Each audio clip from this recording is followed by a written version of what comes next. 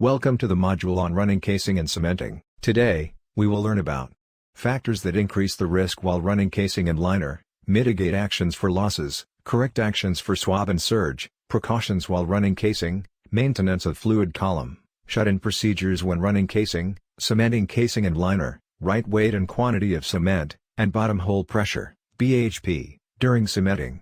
Casing is a series of steel pipes that are run into a drilled oil well to stabilize the well, keep contaminants and water out of the oil stream, and prevent oil from leaching into the groundwater. Casing is installed in layers, in sections of decreasing diameter that are joined together to form casing strings. To prepare and pump cement into place in a wellbore, cementing operations may be undertaken to seal the annulus after a casing string has been run, to seal a lost circulation zone, to set a plug in an existing well from which to push off with directional tools, or to plug a well so that it may be abandoned. Before cementing operations commence, engineers determine the volume of cement to be placed in the wellbore and the physical properties of both the slurry and the set cement needed, including density and viscosity. A cementing crew uses special mixers and pumps to displace drilling fluids and place cement in the wellbore. Factors that increase the risk while running casing and liner.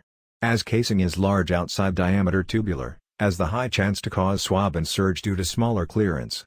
Using centralizers will improve the job, but at the same time will increase the chance of surging. Following factors will increase the possibility to cause swab or surge: high gel strength, or viscosity, high running speed, more than 6 meters per minute as per recommendation, and closed end or ball bit. Running casing with free rotating guide shoe will prevent casing stuck. Mitigate actions for losses. While running the casing in hole or pull out of the hole, POOH, monitor trip tank for minor, major or total losses. Confirm mud density is same throughout. Good hole cleaning. Control speed of running hole to avoid any ruptures. Use of centralizers and self-fill float will reduce surge pressures. Factors that affect surge and swabbing. Surge is controllable by reducing running speed, circulate to break the gel strength and reduce viscosity. The increase in surge or swab pressure is also attributed to different flow phenomena including pipe eccentricity, geometric irregularities, acceleration, and dynamic effects. The present study analyzes the bottom hole pressure variation resulting from the reciprocation of the drill string with the narrow slot model. Balled up bit/BHA acts like an excellent piston, and this will cause greater swabbing effect. If the well is at near balance condition, the well will have more chance to be under balance due to swabbing. Correct actions for swab and surge. Swabbing. To reduce pressure in a wellbore by moving pipe, wireline tools or rubber cupped seals up the wellbore. If the pressure is reduced sufficiently, reservoir fluids may flow into the wellbore and towards the surface. Swabbing is generally considered harmful in drilling operations because it can lead to kicks and wellbore stability problems. Surge. Surging is when the bottom hole pressure is increased due to the effects of running the drill string too fast in the hole. Downhole mud losses may occur if care is not taken and fracture pressure is exceeded while running in hole. Things to do for avoiding swab and surge. Pump out while pulling out of hole. Reduce pulling speed. Keep the hole fill while tripping out. Monitor trip tank closely. Circulate to condition mud. If total loss occur, stopping tripping, start FOV, start top filling the well with base fluid. If minor losses, reduce running speed and monitor the return volume. Precautions while running casing. Change the rams to the casing size, on surface stack, and test the bonnets. Prepare a circulating head. Ensure a crossover from casing to drill pipe available to allow the string to be hung off if needed.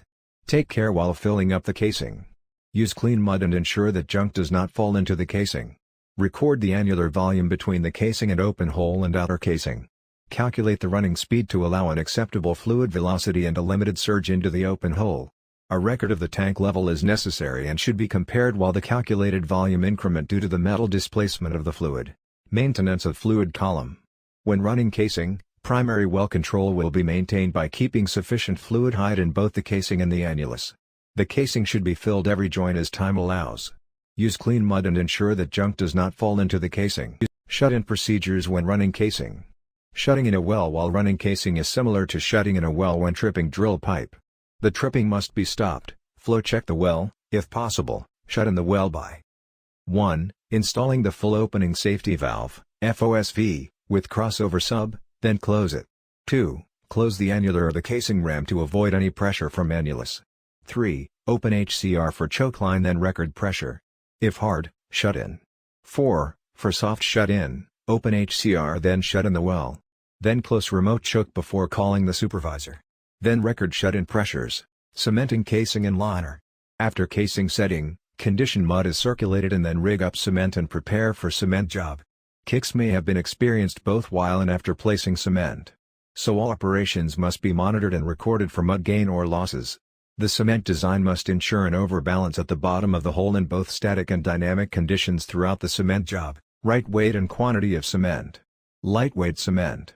Cementing casing across highly depleted zones and weaker formations requires low-density cement systems capable of reducing the hydrostatic pressure of the fluid column during cement placement.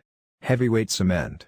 High-pressure zones may require heavyweight cements such that the density of cement in the annular column is greater than the fluid pressure in the permeable formation.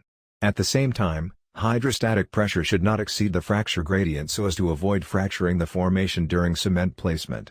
Bottom hole pressure, BHP. During cementing, BHP is the total pressure exerted on the bottom of the well. It will increase once cement start to be displaced into the annulus. BHP also will be affected with annular friction losses as the cement slurry is more viscous than the displacement mud. BHP will decrease once cement start to reach to the thickening time. Losses will reduce the BHP and may cause a kick. Case 12 geometry events that could result in formation fluid entering the casing and casing annulus. After casing in place and cemented, well integrity should be checked. So, logging jobs are performed. Sometimes, formation fluids enter between casing and casing annulus that affects well integrity. So, it may cause collapse, burst, and fracture formation in the casing. So, casing grade and logging jobs must confirm that cement is not leaking. Let us now go through an example to understand more about the concepts we have learned.